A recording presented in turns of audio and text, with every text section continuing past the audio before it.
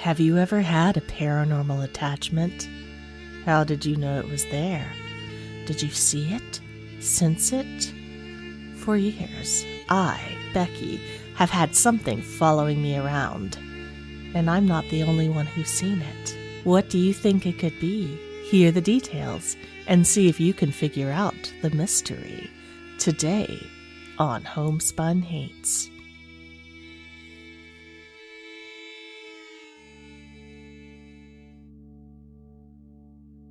Hello, Hainted Loves. Welcome to Homespun Hates. I'm Becky. And I'm Diana.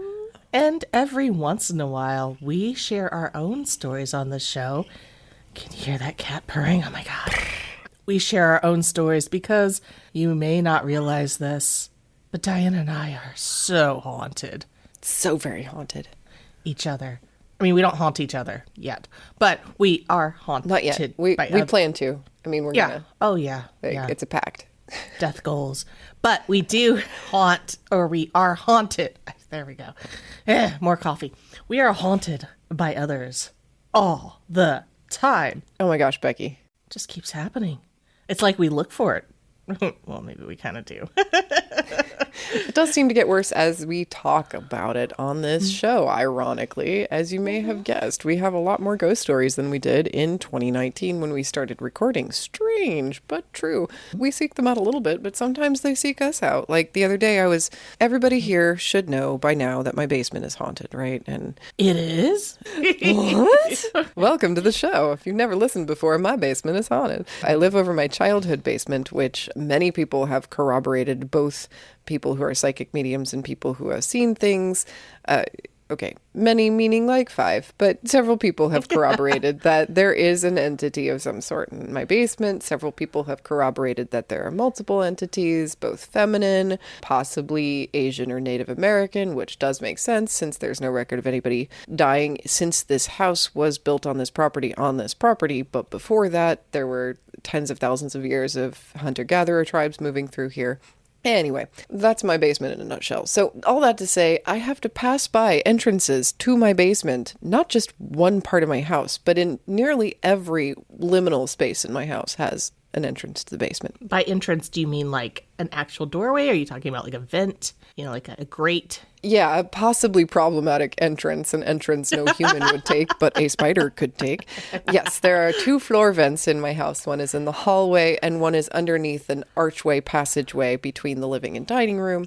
And then there is the door to the basement stairs, which occurs across from the back door in a little breakfast nook that is not a real room. So that's why I say in every liminal space in my house, there is an entrance to this basement. In fact, in the hallway, there are technically 2 entrances, but one has never been opened because it's a secret passageway.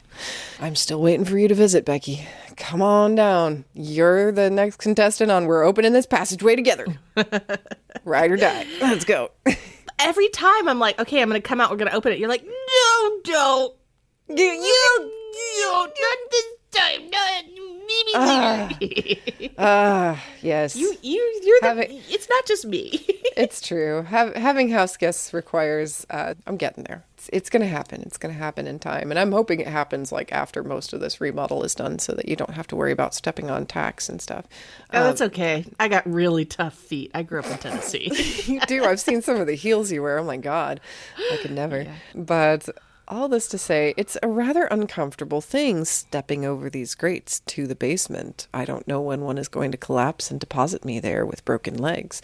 I don't think they will because they've been pretty sturdy for the last 100 years, but who knows? It's always that the airplane might crash kind of feeling. So jumping over these various grates, trying to avoid passing by this doorway in the night because I get that phenomenon, the phenomenon where you see a ledge and you feel like, oh, I'd better not jump. Oh, but what if I did? Mm-hmm. I get that feeling when I walk by the basement stairs at night. Like, I don't think I'm going to fall down, but what if I fell down those stairs onto the haunted concrete floor below? Or what if you jumped? What if I jumped? Yeah. Yeah, it could be quite a jump. It could be quite a deleterious to my health to jump down the basement stairs onto the concrete that is haunted. But still, I get that, ooh, am I gonna jump? kind of feeling when I pass by that door in the dark at night by myself. It's more of like I'd better steady myself because I do get vertigo at random times. And so sometimes I feel like I do need to steady myself as I walk by the basement door. But also, I just occasionally will get energetic interference walking by the basement door as well, or I'll hear a sound coming from the basement as I walk by the basement door. And it's not a consistent sound, so I don't think it's floorboard creak or anything like that. It's just occasionally in the middle of the night, darkness, I get up to go get a drink of water or something like that from the kitchen, or walk past that door and something down there clicks or bonks or makes some kind of noise. And it's a frightening experience because I'm in the liminal stage of being just woken up from sleep and going out to the kitchen to get water and passing by this liminal space and hearing these noises that are unexplained. Now, the other day, in broad daylight, I was standing in that breakfast nook and I heard an extremely loud sound coming from the basement. It sounded like scratching. It sounds like you're clawing at a piece of paper. That's exactly what it sounded like. Sounded like somebody was clawing at paper. Very frightening. I do have plaster walls, so I thought maybe the wall was crumbling, falling apart. The wall was making noise, falling apart from the inside. And I went down into the entrance to the basement stairs, and I stuck my head in and I didn't hear anything. And then all of a sudden I heard it again. And it was coming from behind me. Uh-oh. And so I turn around, and the one room that I go in less often than the basement is the guest bedroom in the back of the house. And I walk into the guest bedroom and I hear it again, louder. You have flying squirrels in your attic? I wish. That's so cute. No, it's not. Just open the attic stairs and they just float down. Aww, that'd be adorable. I'm on hands and knees. I'm on my. The story just changed. I need to know. What was it? As birds. Birds in your house, Dude, as birds. in the attic. They're inside my freaking wall. I have to go clean them out. I mean, how did you? I don't know how they got inside the freaking wall. How did birds get in my wall? How did you clean them out? I haven't yet. They're still alive. I don't want to kill them. I want to wait until spring is over and their babies hatch and they go on to live normal baby lives, and then like clear out the nest and like block up the hole so that they can't get back in. So there's a hole somewhere. That is an interesting thing about plaster walls, is there's that gap. There's a gap. Just big enough for a nest. I think they're grackles. Amber said they were grackles. She's the bird voyeur in the family. I'm not very much of a bird voyeur. I point them out to her. Look, there's a cardinal. That's my level of involvement with birds. So we go outside on the back patio and we could see these birds like flying out of and into the eaves of the freaking attic. So now my attic is haunted by birds and my basement is haunted by ghosts. Time to move. So many mysterious noises in the middle of the night. Well, as long as the birds have a way out. Oh, yeah, they can get out. Because otherwise it gets really stinky. Just like having a pine marten hunting mice inside your walls. Yep. If you leave those bodies there, they smell really bad for a while. But then eventually nature takes care of itself. Exactly. I used to live in old Victorian apartments in Chicago. Every apartment I had was built in like the 1890s. And they had those old plaster walls. And I would hear things crawling in them everywhere I lived. I'm pretty sure it was roaches. It was well, in Chicago, they don't have those roaches that like fly at you when they find an opening. They're just German cockroaches, right? Yeah, palmetto bugs, the flying ones, are also invasive. A lot of people don't realize they are, but they are. But we had German cockroaches, but German cockroaches aren't supposed to get big. They just did. And we also had what they called water bugs. Oh gosh, we have those here. Giant black roaches. Now, the reason I think they're called water bugs, correct me if I'm wrong, but aren't they called water bugs because they tend to climb up the drain and climb out on your feet while you're taking a shower? I've had that happen, yeah. So probably. Yeah, I've had that happen. That's not a fun thing.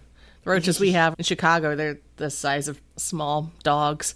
So, yeah. I definitely know that sound, that thing scurrying in a plaster wall sound. It's unnerving the first time you hear it. It was not cool. And I think, Diana, you're probably at that point in your life where when you hear a noise, you hope it's a ghost. I do. I was hoping it was a ghost, to be honest. Also not, but, kind of, yes. Not just for content, not just because we guys are spooky podcasters, but I think in all homeownership, you get to a point where you're like, I hope it's a ghost because that's less trouble to clean up. Ghost repairs are the cheapest repairs, is what you're saying. Mm-hmm. I like that. Yeah. True. Yeah. Well, I have my own story to tell. That's going to be the focus of the episode today. But before we do that, we do have some patrons we want to give shout outs to. We have some new patrons. Ooh, who is it? We are so thrilled that Rusty, Francis, and Vicky have joined our Patreon. You guys are amazing. Thank you so much for joining the family. Yes, welcome, Rusty, Francis, and Vicky. Also, if those of you listening, Haunted Loves, would also like to come into the fold and get the content too spicy for regular episodes, you can do so at patreon.com/homespunhaints, where our patrons receive all our episodes ad-free as well as bonus content. And speaking of bonus content, Dinah and I are now putting out content on YouTube. We would love it if you would check it out, youtube.com/homespunhaints. We just got started, so you can be one of the first to come and see what we're up to. I mean, we've had the channel for a while, but like we weren't really doing much with it. We did. I mean, we put out some pretty cool mockumentaries on there, but like it wasn't podcast episodes. That was just for us. This kind of fun stuff. Yeah, it's our channel. We do what we want. So go check it out. We're excited. We've actually been putting some time into it. Do check out our YouTube at youtube.com/homespunhaints. And for those of you that are not part of our Patreon, enjoy this commercial. And when we return, I'll tell you all about the strange thing that's been following me for years. Dun dun dun!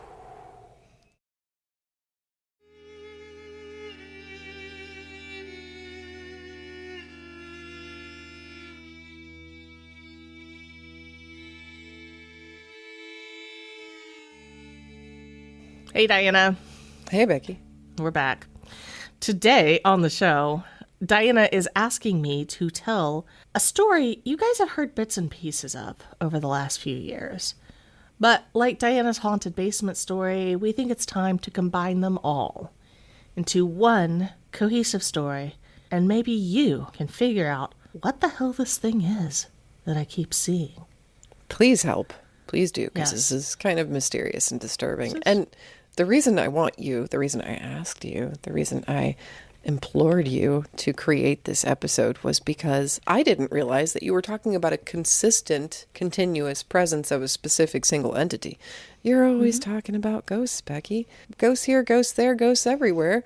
It doesn't go together in my mind as the same entity. So when you tell me, oh no, this entity's been following me, I need to know more. Start at the beginning. Well, the first time I noticed this thing was before we started the podcast. Oh, wow. Yeah. When we purchased this house, we asked the previous owner if there were any ghosts. And she emphatically said no. She'd always protected the house. She had saints all over the place and candles and all this. She kept all negative energy out. She even had an altar in the back to Mary with a statue and an arbor and a bench where she could go out and quietly contemplate and pray to the saints. And she got very upset when we said we wanted all that down. And she's like, but it's protection. And our realtor was like, yeah, but they're not Catholic. They probably won't want the same kind of protection that your saints will offer. And even for a couple years after we moved in, the yard service was like digging up statues of saints and things out of the ground and putting them on our steps. Like, I guess she had buried over time. I don't think it was just that guy that you bury when you want to sell your house. Who is it? Saint Joseph or something? Oh, I've never heard of that. You bury a saint when you want to sell your house? Yeah, there's a saint that you bury in the yard when you want to sell your house. Yeah. Can you dig him back up when the house sells, or is it supposed to stay there? I don't know. I'm not Catholic. But yeah, there's a saint for everything. Yeah, well, So you should know this. You're Catholic, technically. by blood. By blood. By the blood of Christ, yes. But I learned from the neighbor after we moved in that the former owner's husband had died while, I think he had like a heart attack while he was mowing the front yard. That's not surprising. I've seen your front yard. It would induce a heart attack in any logical person who maybe wasn't in the best of shape. Well, there's a lot more to that, but suffice it to say, I don't know if he actually passed away in the house or in the hospital. Or if he was driven to the emergency room. Right. Gotcha. But the first time I saw anything, I was in bed, in the bedroom, I was talking to my husband, and I saw somebody standing in the room, and it was a white guy with light hair. So I only got a glimpse of him, and I remember thinking, like, why did my husband invite somebody over? Ooh, Like, in your it's late at bedroom. night. Yeah. Ooh. And I said something to him. He's like, we're the only ones in here. I was like, okay, who's the dude? And then I was like, yeah, maybe not say anything to him. So you just went to sleep. I thought maybe it was that guy because I saw light hair. So I thought maybe it was white hair. Maybe it was elderly. I've since come to think that maybe it was somebody with blonde hair. Okay. A white guy with blonde hair. So, continues. It was just kind of bothersome. I was seeing him in the corner of the room, like this particular corner. We, since that time, renovated the room, ripped out the ceiling, reskinned the walls, put in new light fixtures, put beams.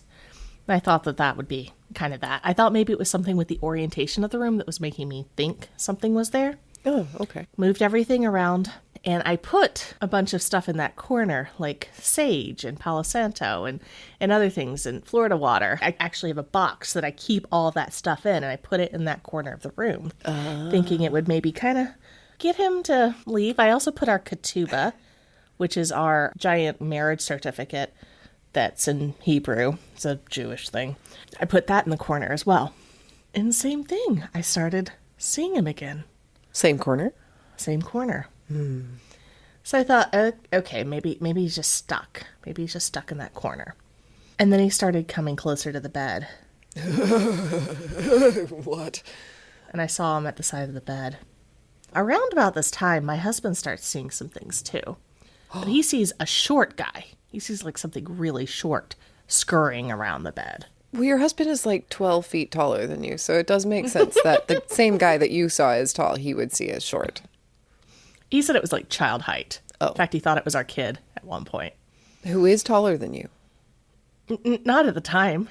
My son still isn't. My daughter is, yeah. Different kid, got it. My son, yeah. And also about this time, my grandfather passes away. And so I thought, well, maybe it's my grandfather just checking in on me. This is also about the time I got like the butt dialed by him. So I was like, Right. maybe he doesn't realize he's checking, maybe he just came here by accident. It was a little confused there at the end of life because we weren't very close. I was like, I don't think he would be checking in on me, but maybe he just, he's just checking on everybody. But then I remembered that I'd seen this guy before my grandfather passed. And I started thinking, maybe it's the same guy. And then he started coming with me to drop the kids off at school. Oh, no. So, you remember that situation I told you about a while ago where I saw something in my car? I saw a ghost in my car. I'm wondering if it was the same guy, because I would take my kids to school. And for those of you that are mothers, you know that you kind of develop this sense, you have to know whether or not there's somebody in your car. Because, God forbid, you leave your child in the car when you go shopping. So you develop this ability to tell whether or not there's somebody in the back seat. High passive perception for backseat riders. Okay. Yes, exactly. I would drop my kids off at school, and they would both get out, and I would drive off, and I'd be like, oh my God, is there still a kid in the back? Did they not get out? I pull over, look, no, nobody back there. This happened so many times that I started talking to it. Whatever it was. Oh. While your kids were in the car or after they got out of the car? After they got out of the car. That was kind of you. Yeah, I noticed he was still there. We're like, hang on, kids. No, mommy's not talking to you. I'm talking to the other guy in the car between you. It's a good thing you don't have 3 kids. Right? All 3 seats would be full. He liked to ride in my son's booster seat. It's really weird. Oh, how do you Always know? in the back. I just knew. Okay. Again, that's a part of that motherly sense, I guess. But you don't think it was a haunted booster seat? No, because we've changed out the booster seat multiple times. Okay, just... And that's creepy. That's a really creepy idea. Yeah, it really is. Like, oh, never mind. I don't want to go where that went. Yeah. Anyway, so one time when I came back from dropping them off at school, and this is all pre-pandemic. That's how long this has been going on. This is pre-COVID. I came back, and I could tell he was in the back seat. He rode all the way home. He was in the car with me. And I said out loud, I know you're there. Would you please leave me alone? This is scaring me. And suddenly he was gone. Oh. Poof. So it worked. Everything felt lighter. I thought it worked. Everything felt lighter And I felt suddenly like I had something resting on my shoulders that was gone. Ooh. So you think he was feeding off of your energy? I don't know, but I actually had trouble getting out of the car. My legs were weak. It was like, the only way I know how to describe it is, you ever taken like a really big shit and then afterward... Never. I am a lady. And then afterward, you just kind of feel like you're emptied out. And you're like, oh, you're like having trouble walking and weak kneed because like you just destroyed that toilet. And now you're just like, oh, I can't. It felt like that. So I guess I excreted this guy out of my life. Excreted him out of the car. Yeah, so I got out and I was like having trouble walking. I was weak-kneed. I was dizzy. I was having vertigo.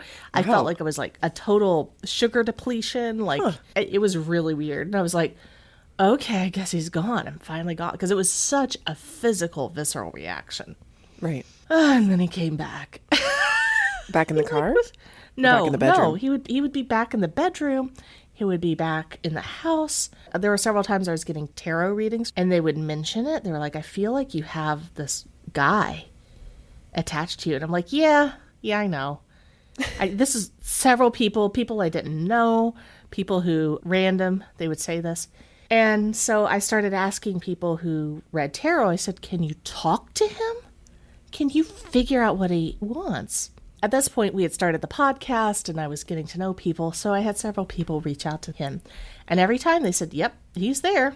He's definitely there. And they would describe him. They would say he's a white guy with light hair. He's tall. He's very thin.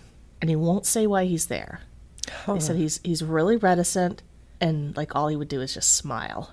So hang on. So you're talking about tarot card readers who are also seers or mediums in some way, not just reading tarot cards, but actually communicating with this entity. And independently, without any prompting from you, they all came up with thin white guy with blonde hair or pale hair. Yep. Whoa, that's very creepy. Right? Yeah. Yeah. They all said he doesn't seem evil, Okay. but he won't leave. Okay. He feels protective of you. Protective of you. Yeah, but he won't say any more than that. Without and there were some people who were confident. They're like, I can get this guy to talk. And I was like, okay, go for it. They'd come back and be like, sorry, he doesn't want to say anything. He's just smiling at me. Just smiling. It gets better. Oh dear. So then I set up, again, with the rearrangement of the room, I set up a desk in my room so I could have Zoom calls and people who I was Zooming with could see the beautiful fireplace and pretty beams I had behind me. So I was like, okay, this is good for all sorts of things. I'll look like I've really got my shit together. You got your corner office with your fireplace. Yeah. Right. Yeah. When I do these Zoom calls. And there were 2 times I was on the call, and if you're listening, you know who you are. It's the same person. Said, who's behind you? That doesn't look like your husband. Because guess what was behind me? That corner where he likes to hang out. You said it was the same person you were on the call with. She saw him twice. And like both times, she's like, I swear there's somebody behind you. He tends to stand in that corner of the bedroom. He tends to ride in your son's car seat in the back of the car. Mm-hmm. And you rarely see him anywhere else, or you never see him anywhere else. I don't see him anywhere else except the other night. Oh, no. I mentioned this on the last episode. I know. I'm acting surprised for dramatic effect. Oh, no, Becky. Okay, well, if you haven't heard the last episode, then I'll just repeat the story. I was sleeping on the couch because I was having trouble sleeping. For whatever reason, sometimes I sleep better not in my bedroom. No, totally. Yeah, sleeping on the couch is like the epitome of insomnia reset button. Oh, I hear you. Yeah. So I was on the couch and I was drifting off to sleep. I was halfway awake, halfway asleep. I felt like there was something on my feet. And I thought, oh, it's one of the cats. And I looked and he was sitting at the edge of the couch at my feet, looking at me and smiling. Whoa. Same dude, white dude, light hair. So, wait. Is this the first time you were able to focus on his face? Because he normally appears either behind you or in the dark in your bedroom while you're not wearing your contacts. Yeah. I wasn't wearing my contacts this time either. But he was closer, so I could tell. He looked kind of gaunt. He was wearing very neutral colored clothes. And my first thought is, now my other grandfather just died. So I was like, oh, it's Grandpa. But then I was like, oh, no, it's not Grandpa. That would have been fine if it were Grandpa, but it's not. Ooh, and this is the first time you remember him smiling at you. Well, other people, when they try talking to him, they say he's smiling. Like, it's like that kind of like smug, like, I know, but I'm not going to let you know kind of smile. Oh. And this time, yeah, he was just like sitting straight forward and he looked at me. He's just like, he turned his head and looked at me. And I was just like, boom, like I sat straight up. I was wide awake then and just poof, gone. Oh, I was like, gosh, where am I going to sleep now? I don't know who he is. I've done an egg cleanse where you take a raw egg and you rub it all over, and it actually broke the first time, which is apparently a sign that it's hard to get rid of whatever you're trying to cleanse. Ooh. I even put like the yolk under the bed and I did all that stuff. Man, that's a weird one to explain to the husband. Why is there an egg yolk under our bed? Well, also, can you rub this raw egg on my back? Oh, yeah. Yeah. Because that's where I know he attaches. I can feel it between my shoulder blades. Ooh. I get headaches and stuff there. And my chiropractor and my massage therapist are always trying to get it out. And like, what's going on here? What are you holding on to? I'm like, I don't know. Of course, I've done all the traditional stuff.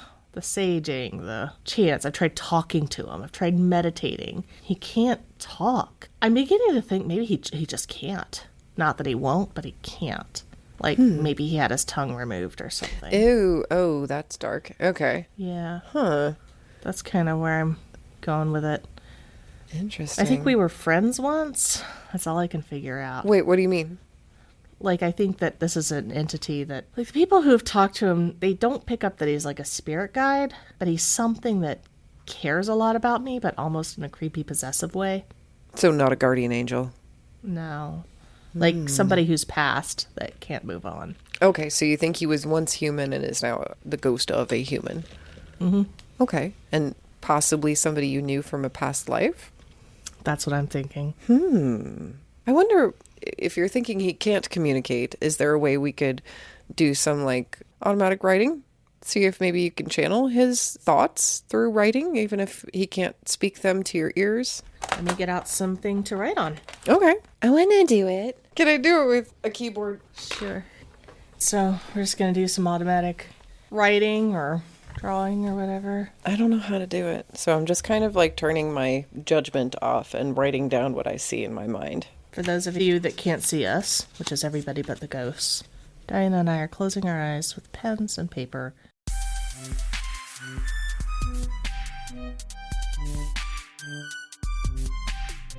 For 40 minutes, Becky and Diana toiled away with pen and paper to uncover the meaning behind the strange entity.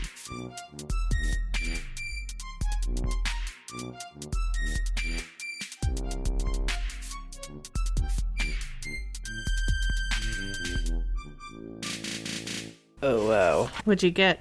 I've never done this before. I don't know if I did it right, but the images that I was seeing in my head, I was trying to just write down what the images were as they progressed. Without judgment, the images didn't feel like they were coming out of my imagination. Okay. But they were surprisingly relevant to a lot of the things you just said. Normally, when I get an image in my head, it's like, oh, a random thing that has nothing to do with... Porcupine playing with a ball, yeah. Yeah, exactly. This is interesting. So I wrote to begin the automatic writing, the following is a message from the entity following Becky, because I figured that would be a good place to start. There is a yellow-orange halo of light. The sun shines through a dirty screen door. The light dabbles through the leaves which sway in the breeze. Sun shines down on a light blonde head. The person illuminated has an upturned nose, gray eyes, brown thin eyebrows, and eyes that go down at the edges.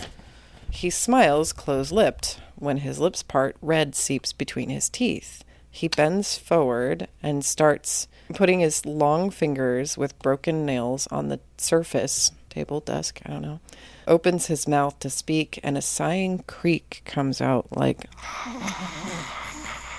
Oh my. He tilts his head and grins again, almost reptilian in nature. His eyes look mischievous. Something round and red is held and proffered, in addition to a long wooden stick.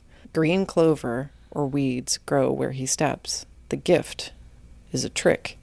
He dissolves into darkness. The gift goes with him, the clover wilting and decaying instantly, and yet over thousands of years. The floor rots, and the earth surges over the wood, and within the earth is the bones.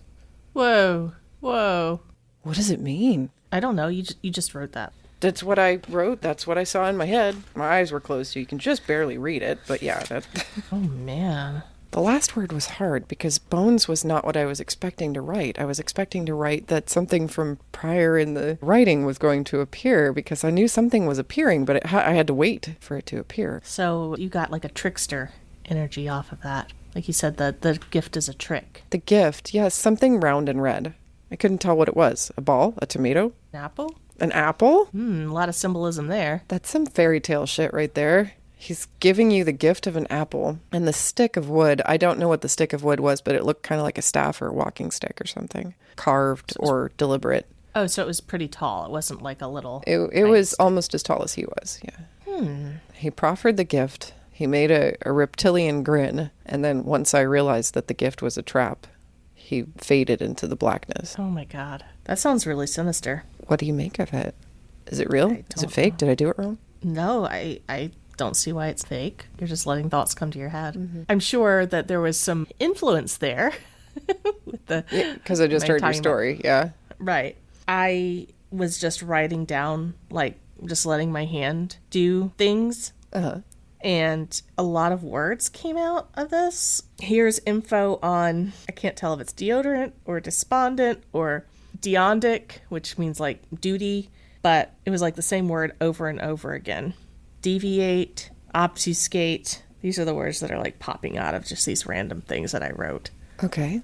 Info, information, machine. Yeah, I don't know if that makes any sense. Info, information, machine. I mean, that could be any computer or phone in your household. An information machine. Maybe it's Alexa. Disinheritance. He, she. That's weird. That can't, like, I just wrote that he/she. At least I think that's what that is. Like, I had my eyes shut. I didn't know what my pen was doing.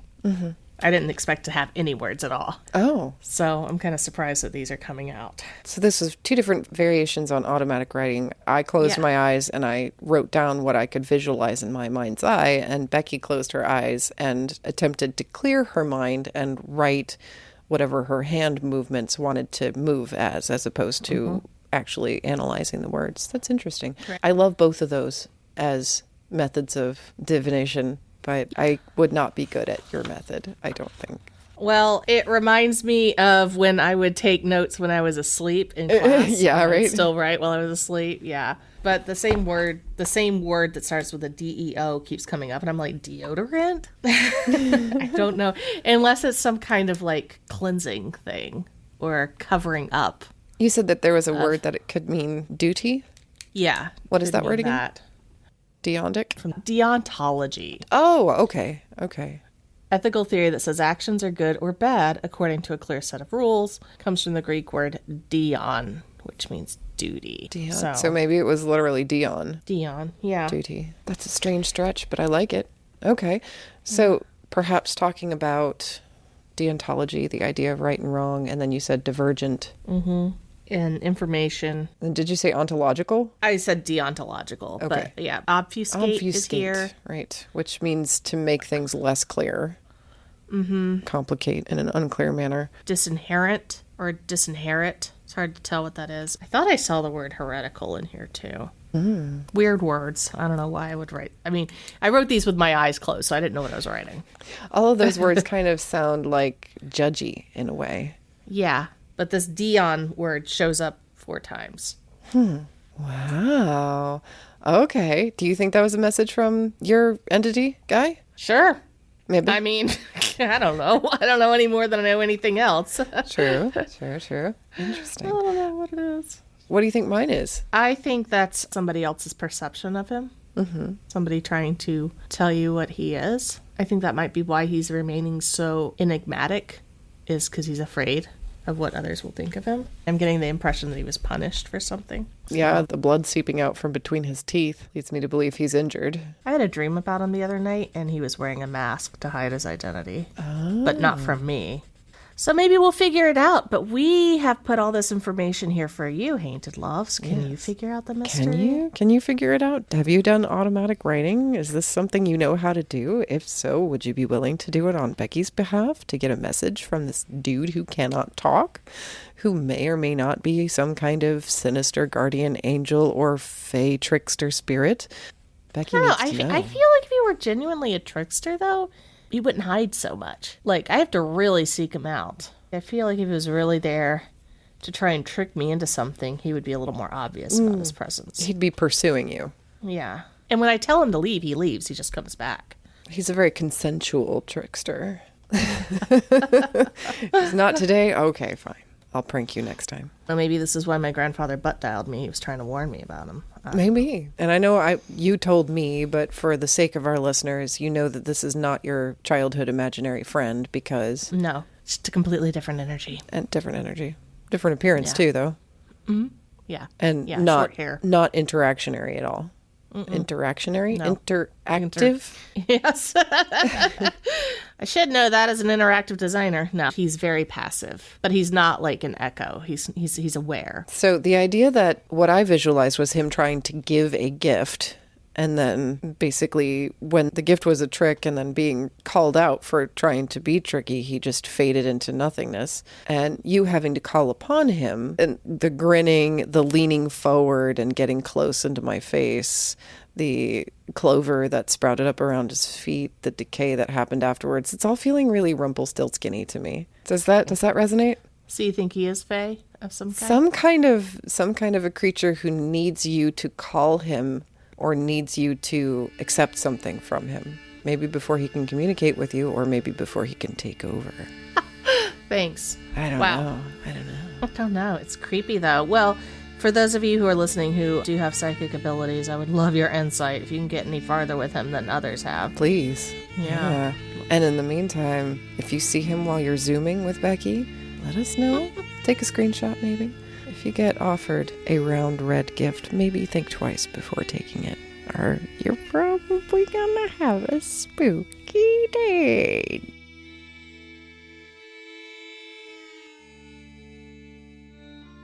Homespun Haints is hosted by Becky Kielimnik and Diana Doty, and produced by Homespun Haints Media LLC. Editing and music by Becky Kielimnik. Show notes by Diana Doty. If you have a ghost story and you'd like to be considered as a guest for this podcast, please visit our website at homespunhaints.com/submit.